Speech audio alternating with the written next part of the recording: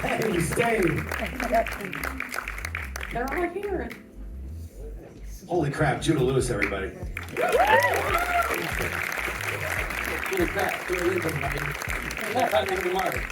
You hit your mark. It only took a whole year for Judah to actually hit a mark. I did it on there. And we actually have one of our focus pullers here tonight who's probably really pissed at you right now for actually getting a mark. Oh my God. And holy crap, Barbara Crampton, everybody.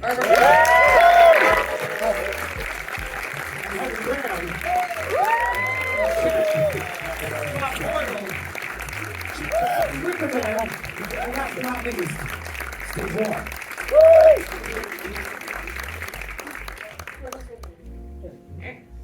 Take it away, Claire. Greetings. I was actually joking earlier that I was going to ask all of you questions about Barbara Crampton, but instead I'm just going to make the first question. For Barbara Crampton, this movie actually is a long time in the making, and you've been with it, I think, since its conception. Can you tell us where this started? Well, we have Dennis Paoli in the audience. Hi, Dennis. Hi, Dennis. We love you. And, Movie Genius Prom. when Stuart passed, Dennis and I reconnected, and just really on a whim, because I had been producing for a while, I said, what do you have sitting on your shelf that's collecting dust that maybe you guys never did? And he said, well, I just happen to have something I really like. And I said, okay, well, send it to me. He sent it to me, and I read it cover to cover in like an hour. I couldn't believe how much I loved it. And I said, why hasn't this gotten made? What happened? I love this script. And he said, I don't know, it's Hollywood.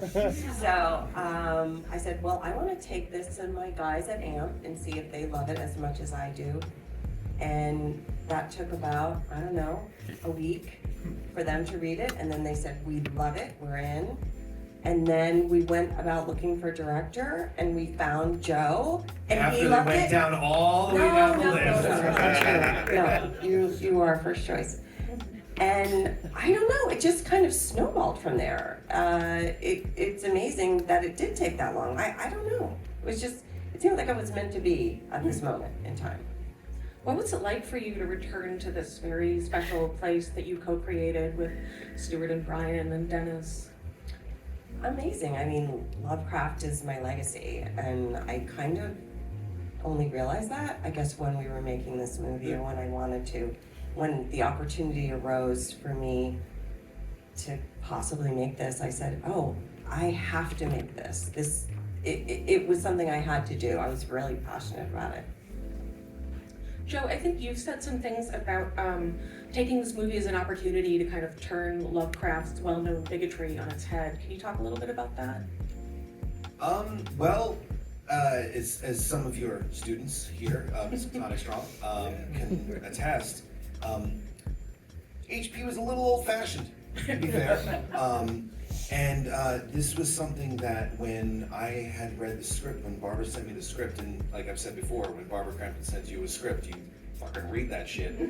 And I was so excited about it because it had all of the things that I love. I grew up with Stuart Gordon films, and between Reanimator and From Beyond Alone, those affected me in such a profound way, so that when reading this one, I was so excited. But let's be fair, times have changed, and not just for films that were made back in the 80s, but prose that was written in the 20s. The purview has changed, and the thing that got me so excited about telling the story was not like, let's be fair, like there's enough filmmakers in here to know that like when you read the way that the current things that are getting greenlit these days is like kicking down the door at Warner Brothers and goes, fellas, let me tell you something, I got the perfect pitch. It's Lethal Weapon with chicks. And they go, oh, that checks off a lot of boxes there. That sounds great, green light, And actually it was a TV show. And that's not what we wanted to do with this. You could take this script and maybe, like I've said a million times before, if you did this in 1995 with Michael Douglas, maybe you get away with it. There was something so inherently exciting about flipping the script literally And honestly, I was so nervous because when, that's a huge change. It's not as easy as just, Dennis going into final draft and going like, let's change Edward to Elizabeth. I know there was a lot more to it than that, but having the faith and the trust in both Dennis and Heather and Barbara, who are, for all intents and purposes, kind of, and I mean this in the best way possible, gatekeepers to the legacy of what the best Lovecraft has been on the silver screen. So to be able to have them go, let's try that, was so exciting. And we've had people say that, like, oh man, old HP would be rolling in his grave right now. And you know what? To be honest, fuck him. It's like, and I mean that in the most loving way. Don't strike me down, HP. But I think he would, as a provocateur himself, very much like the filmmakers that we were inspired by, like Stewart and like Brian De Palma and Claire Denis and Paul Verhoeven, people who love to entertain, but also, push a few buttons and get people to at least feel like they're not complacent in their cinema. This is trying to push it. And I think he would respect the choice that we made. Did you find it difficult to keep yourself from just like aping Stuart Gordon, someone that you grew up with and probably feel really intimate with? Oh, we got intimate. Those Masters of Horror dinners, stuff that happened underneath that table. Anyway, no. Honestly, Stuart was, again, one of my gods, like when I was growing up, because he was one of those filmmakers that taught me taught me to not care as much about tone. I know there's a lot of people in there, it's like, yeah, you got that right, Lynch. But honestly, Reanimator and all the works that Stuart and Brian and Dennis, Barbara have done have traversed that line between horror and comedy, having a sense of humor in a way, having the ability to allow the audience to go, you can laugh, at certain things, or if things are really horrific, you can be shocked by it too. That's life. Life isn't one set genre. It's a whole bouillabaisse of different emotions and different ideas. And that was the thing that Stuart, more than any other filmmaker in that whole splatter subgenre that happened in the 1985 to 1987 route, taught me, is that, you know what? Life is not just one slasher movie or one monster movie or the like.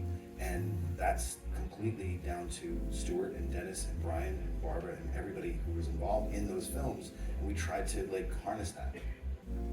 This movie really is kind of a human bouillabaisse. I don't even know how to begin to ask the question about performances here.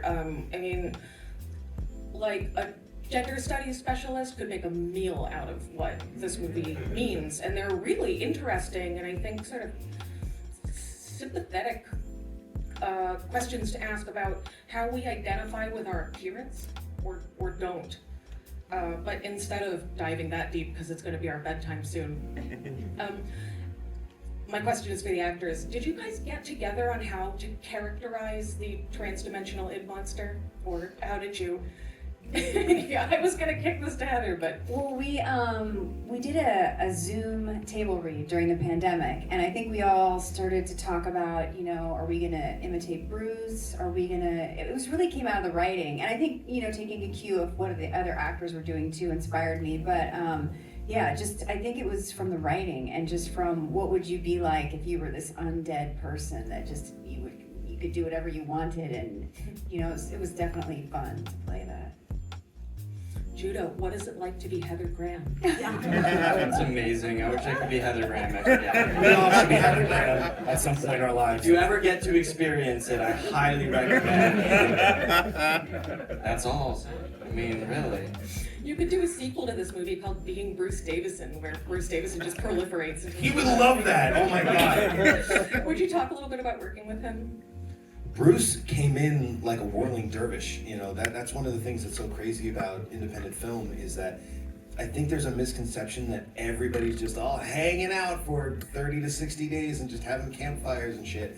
It's not. A lot of times we have very set schedules. We have to make sure that, we have the talent kind of comfortably in and out of the situation. And Bruce had a very finite time that he gave us. And You know, he came in guns blazing, so to speak. You know, he was ready to rock, you know, because we only had him in ostensibly that one location, you know, like the scene where he's in between Heather's legs, God bless you, man.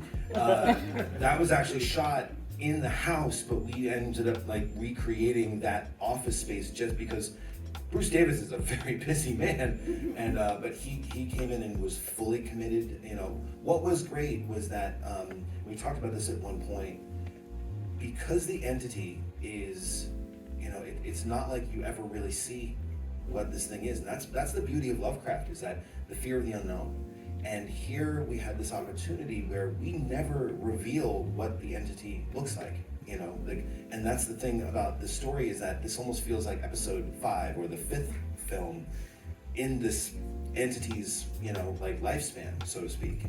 And the fact that Bruce was able to find little things that we actually had him record everyone else's lines, so that there was just a little bit of an essence of the entity, because we were kind of starting with him.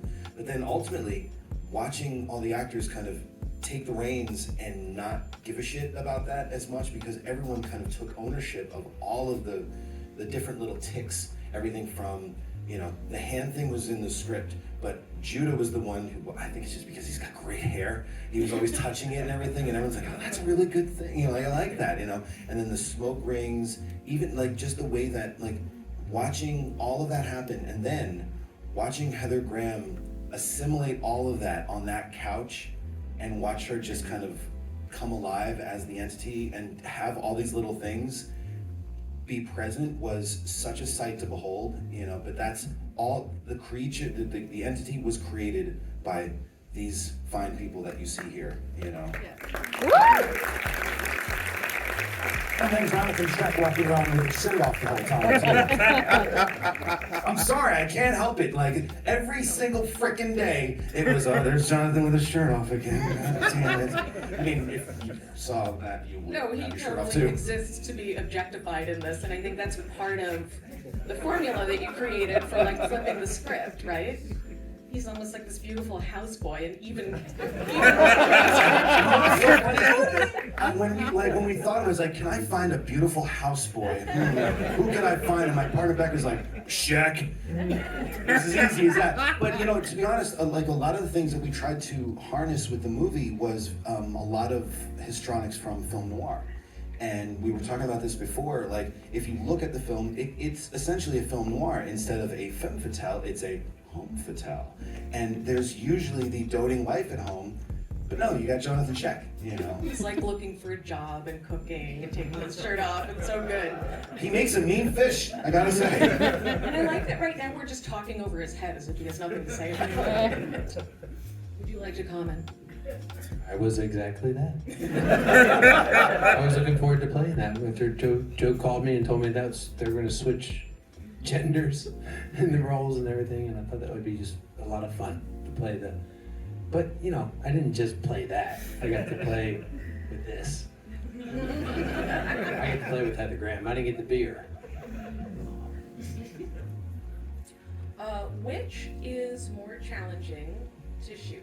A gory action sequence or freaky sex? And anyone can answer this. You tell me, guys, like, it was all Did he challenging. do a good job?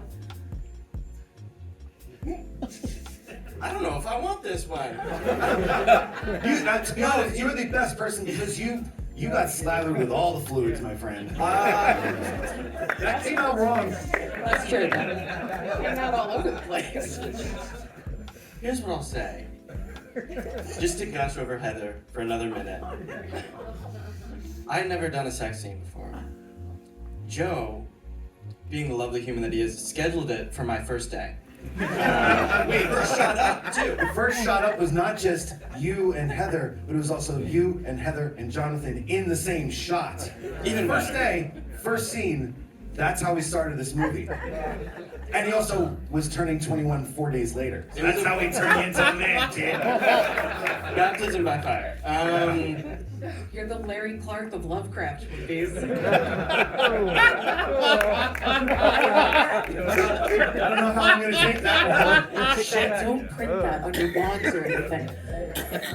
Great, that's great. No, but what I have to say is Heather's warm, amazing personality. She was so welcoming, made me feel so comfortable that by the time we were doing those scenes, there was just like, I don't know, we were friends, you know? And we were making the scene as fantastic as we could and giggling in between. So, yeah. That's a good answer. Thanks. Something really Aw, heartwarming thank has you. come out. It actually is our bedtime at this point. Do you have any closing remarks that you'd like to make to these lovely people who've stayed up with us? Honestly, thank you so much for being part of this, and I could not have done. By the way, give it up to Steve Moore for that fantastic. If you missed these here, this was like a little bit of a departure, I would say, you know, for this, and a lot of edibles, which was great. Thank you very much, sir. And Bob and Joe, I just want to say thank you so much for taking the faith, you know, and listening to. stupid ideas into this cast. And honestly, guys, If you like the movie, tell the world. If you didn't, You can also tell the guys out there in blue shirts that it's your audience choice. yes, absolutely. But Yeah. you know what? Keep the Miskatonic love alive. You know, and honestly, like this, we're so lucky to be in a world right now where we get to have cinema in a theater and we got to experience it all together. So thank you for being here tonight. Really, really appreciate it. Thanks, everyone. good night, everybody.